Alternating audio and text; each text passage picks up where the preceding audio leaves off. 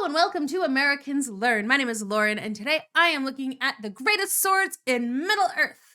Now, if you have seen stuff on the channel before, you'll know I like swords. I'm a sword person. I have two.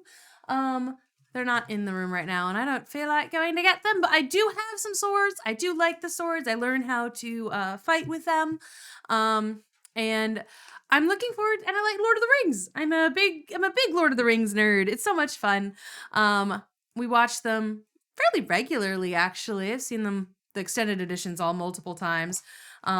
Multiple groups of people. I really enjoy this universe, and it's about swords. So we're talking about the greatest swords in Middle-earth from the channel Nerd of the Rings. And I am looking forward to this. I feel like this will be a fun channel for me to kind of delve into a little bit. So yeah, let's learn about some of the actual swords that Tolkien created. From the forges of the elves to the smithies of the dwarves, mighty swords of great deeds were forged in Middle-earth. Their attributes that guy had like an iguana on his helmet. Deeds were forged in Middle-earth. Look at that. Oh no, hey, you brat. See, look at his little iguana. That's so cute. I like his little iguana. It's maybe supposed to be a dragon. It looks like an iguana. Their attributes would become as legendary as the actions of their masters. From glowing blue to being carved from meteorite to housing the malice of their maker. Today on Nerd of the Rings, we're talking about the most famous swords in the history of Middle-earth. First off, we'll talk about two of the... I did decide to grab one of them. This is actually a dagger, but it is, this is Sting. We're talking about famous Middle-earth swords. Like, yes. I do have, it's hard to tell, but it's got the writing on it and everything. Focus. Anyway, I do have a lovely little replica of Sting. Just for fun. The most mysterious and short-lived of Arda's weapons.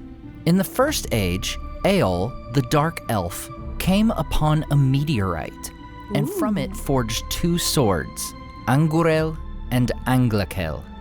These swords had glowing black blades and could easily slice through iron. Cool. When Eöl and his family dwell in Nan Elmoth, with King Thingol's permission, he gifts the king Anglachel in payment for letting them live in the king's lands. Oh. Thingol would not... I mean, that's one way to avoid having to pay rent. I'll give you this dope-ass sword if I can just live here. Let me just live here on your land. No property taxes or nothing. I just get to live here, but I'll give you this dope-ass sword. Bear the sword himself, however. He preferred his own, which we will come to shortly. Oh. But also, Queen Melian warned him that the malice of its maker was within the very blade itself. While Anglachel would lie in wait in Thingol's armory, its mate, whose name meant Iron of the Eternal Star, would be wielded by its creator, until it is stolen by his son, Maeglin. Presumably, Maeglin takes it with him to the hidden city of Gondolin. What happens to it then, we never know for certain. Anglachel, Great. which means flaming iron, would eventually be given to a worthy elf of Doriath. Beleg's strongbow asks for the blade when he is tasked with seeking out Turin Turambar. He later discovers that Turin has been taken captive by orcs. After rescuing Turin, who is in a state of semi-conscious delirium, Beleg accidentally pricks Turin while cutting his bonds. Turin flies into a rage, thinking the orcs have returned to torment him. He wrestles Anglachel from Beleg and slays his friend. We are told that it is the malice of its maker that dwells within the blade that causes Beleg's prick of Turin. After the tragic slaying, Anglachel's edges become dull, and it ceases to glow. The blade itself is said to be mourning over the death of its master. Later, after Turin comes to the realm of Nargothrond, the elven smiths help him to reforge the sword. Why would you now want calling to? it Gurthang. Why would you want to? I wouldn't want to. I wouldn't want to at all. But I did hear about like the malice of the maker being a thing, and I read a thing at least at one point where it was like that's one of the reasons that the like elven or the blades made by elves, I think, glowed when it came to like goblins because they had to hate the goblins enough. If they hated the goblins enough, the blades glowed. I don't know how true that is. Maybe he'll let us know in this video, but Iron of Death. He would carry the blade through the rest of his... Oh, he's got crazy eyes, huh? He looks like that one Finnish guy who took all the meth. That's what his eyes remind me of in this picture. That one Finnish guy who took all the meth. Adventures, including using it to kill Glaurung, the father of all dragons. In the end, Gurthang would die with its new master. Through a series of tragic events, Turin turns to the blade itself to end his life. Oof. Hail Gurthang! No lord or loyalty dost thou know, save the hand that wieldeth thee. From no blood wilt thou shrink. Wilt thou therefore take Turin Turambar? Wilt thou slay me swiftly? And from the blade rang a cold voice in answer. Yea, I will drink thy blood gladly. Oh no. That so I may forget the blood of Beleg my master, and the blood of Brandir slain unjustly. I will slay thee swiftly. Dang. As Okay. Turin casts himself upon the blade, it breaks and would be buried with him. As for Thingol, his sword was named Aranruth, King's Ire. While forged in the First Age, it would last far into the Second.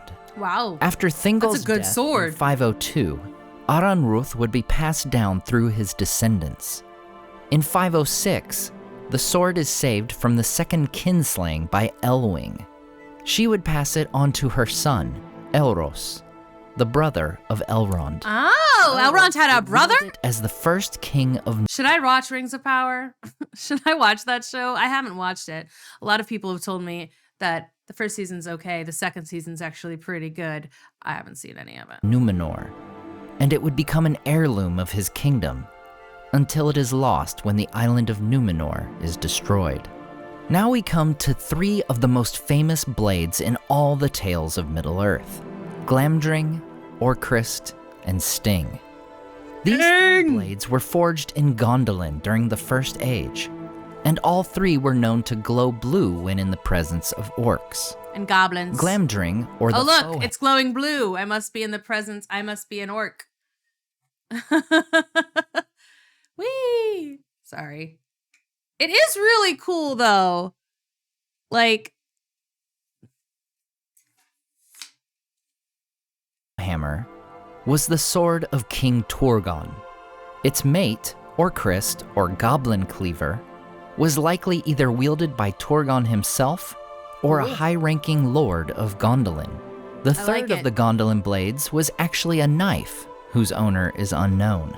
The Ding. deeds of Glamdring and Orcrist would be known far and wide by the orcs of the First Age.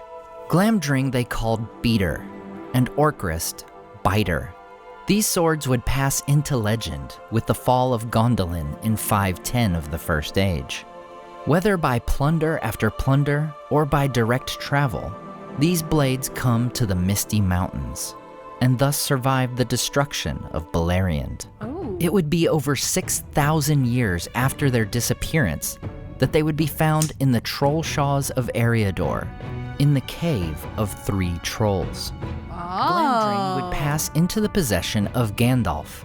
Orcrist would be wielded by Thorin Oakenshield for a Oh, time, that's so. and the dagger would come to Bilbo Baggins. That's The cool. orcs of the Misty Mountains are stricken with fear at the sight of these swords. Swords which had come out of legend to draw blood once more. That's cool. While Gandalf would carry Glamdring for the rest of his days in Middle-earth, Orcrist is taken from Thorin when the group is captured by the Elves of Mirkwood. After How the dare. Battle of Five Armies and Thorin's death, Thranduil places Orcrist upon Thorin's tomb. Aw. Ever after, it would gleam in the dark, warning the dwarves of Erebor if enemies approached the kingdom under the mountain. Oh, wow. Okay, Thranduil. Like, I've got my beefs with you as a person, but that was nice.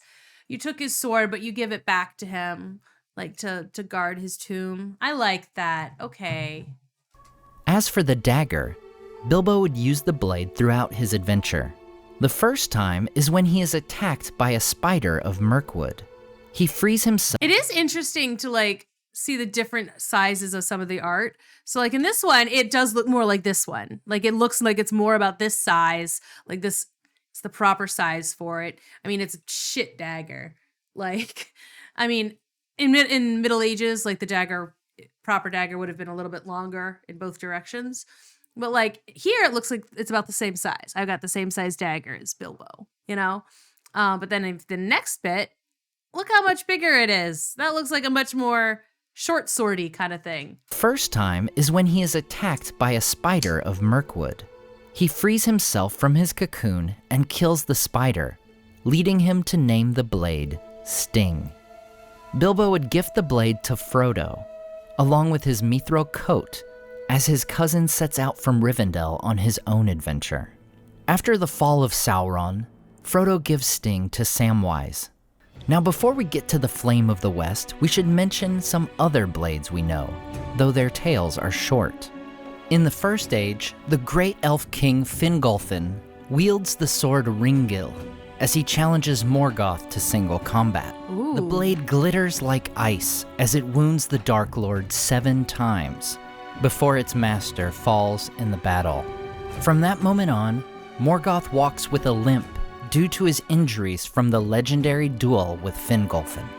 Okay. Heirloom is the blade of King Theoden, which means very fierce or cruel, savage in Rohirric. His nephew Eomer wields Guthwina, meaning battle friend. These men and their blades would do great deeds in the War of the Ring. The Yeah, they Morgul would. blade was used by the Witch King to stab Frodo Baggins on Weathertop. This blade was both poisonous and magical, as it threatened to Just got a double whammy it, huh? You need both of those things? pull its victim into the Wraith world. Even after being healed by Elrond, Frodo would become seriously ill on the anniversary of the stabbing every year until being cured by sailing to Valinor. Okay. The Daggers of Dang. Westernesse were weapons forged by the Dunedain of Gondolin, one of the 3 realms of the former Kingdom of Arnor. So how many times did that actually happen then? Like, I don't remember in the books how quickly he left. Cause like the actual like journey took several months, but like how long did he stay in the Shire? I don't remember how long he stayed in the Shire. Long enough for Sam to get married and stuff, I guess. A few years, I guess. I don't remember. I remember at the end of the movie, he like is like still rubbing it. These blades were specially made to fight against the armies of the Witch King, who was at war with the Dunedain during the middle of the Third Age. At least 4 of these daggers were buried with the last prince of Cardolan, who dies in 1409. Over 1600 years later, 4 hobbits become lost in this area, now known as the Barrow Downs, and are captured by a Barrow-wight in this very tomb. After Tom Bombadil saves the hobbits, he gives each of them one of these daggers. While Frodo's would be broken by the Witch King at the ford of Bruinen, the others would be carried throughout the War of the Ring.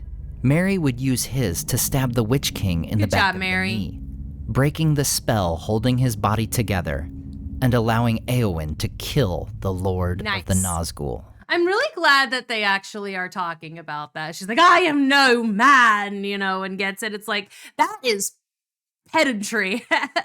But it's like, but yeah, no, like Mary had the magical blade that they could have explained it a little bit better in the movie, that like Mary's blade was actually really key to getting that done. But I'm glad that he's mentioning it here. Finally, we have the Great Sword of Men, Narsil as it is called when it first enters the story. Narsil. It sounds like a depression drug.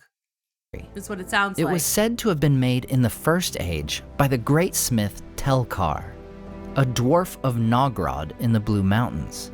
Among his other works were the knife Angrist, which Beren used to pry a Silmaril from Morgoth's crown, as well as the dragon helm of Dorloman. See, it's a dragon helm. I thought it looked like an iguana, but it's fine. Nothing is said of Narsil during the First Age, or even most of the Second. It only enters history when it comes to Elendil. Elendil uses the blade in the battles of Dagorlad and the siege of Barad-dûr. As Elendil and Gil-galad fight with Sauron, they are both killed, though Sauron is thrown down as well. Narsil is broken in two under the body of Elendil as he falls. Isildur, Elendil's son, takes up the sword and uses the shard to cut the One Ring from the hand of Sauron. Okay. In year 2 of the Third Age, Isildur's company is attacked in the disaster of the Gladden Fields. Shortly before Isildur is killed, his esquire, Otar, rescues the shards of Narsil and bears them away to Rivendell, where Isildur's youngest son was fostered. I forgot that was the name of this sword. I was like the sword that was broken. Like, that's all I got. There, the shards would remain until the One Ring was found again and Sauron returned. At that time, Narsil is reforged for Elendil's heir, Aragorn, son of Arathorn, as he is about to set out from Rivendell for the War of the Ring. Yep, that's a major difference between the book and the movie.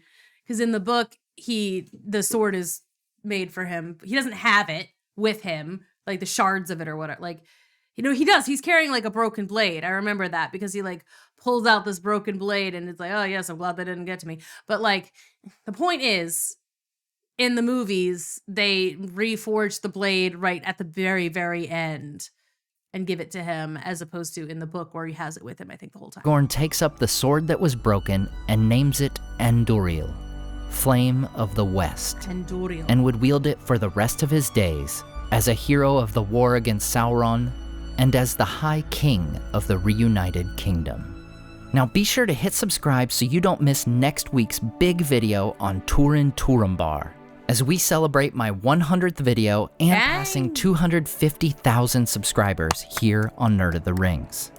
As always, I want to say a huge thank you to my Patreon supporters, including Tom DeBombadil19, Gail Elizabeth, Jim Limber Davis, Faron, Sky Carcass, Celine all these cool people. S'more video. Be sure to check the artists in the description and visit them online to purchase prints of their great work for yourself. Do that. Thanks so much for watching and subscribing, and we'll see you next time on Nerd of the Rings. Okay, great. See? I like that. I liked that. That was great. I got to talk about swords. I got to talk about the Lord of the Rings a little bit. I need to rewatch or read one of those two things. Definitely not both of those two things. That's where I'm at. Thank you so much for watching. I do hope you enjoyed this, and I would like to do some more Lord of the Rings-y kind of content. So I hope you like the video. Subscribe, leave a comment, let me know what I should look at next, and I'll see you all in the next one.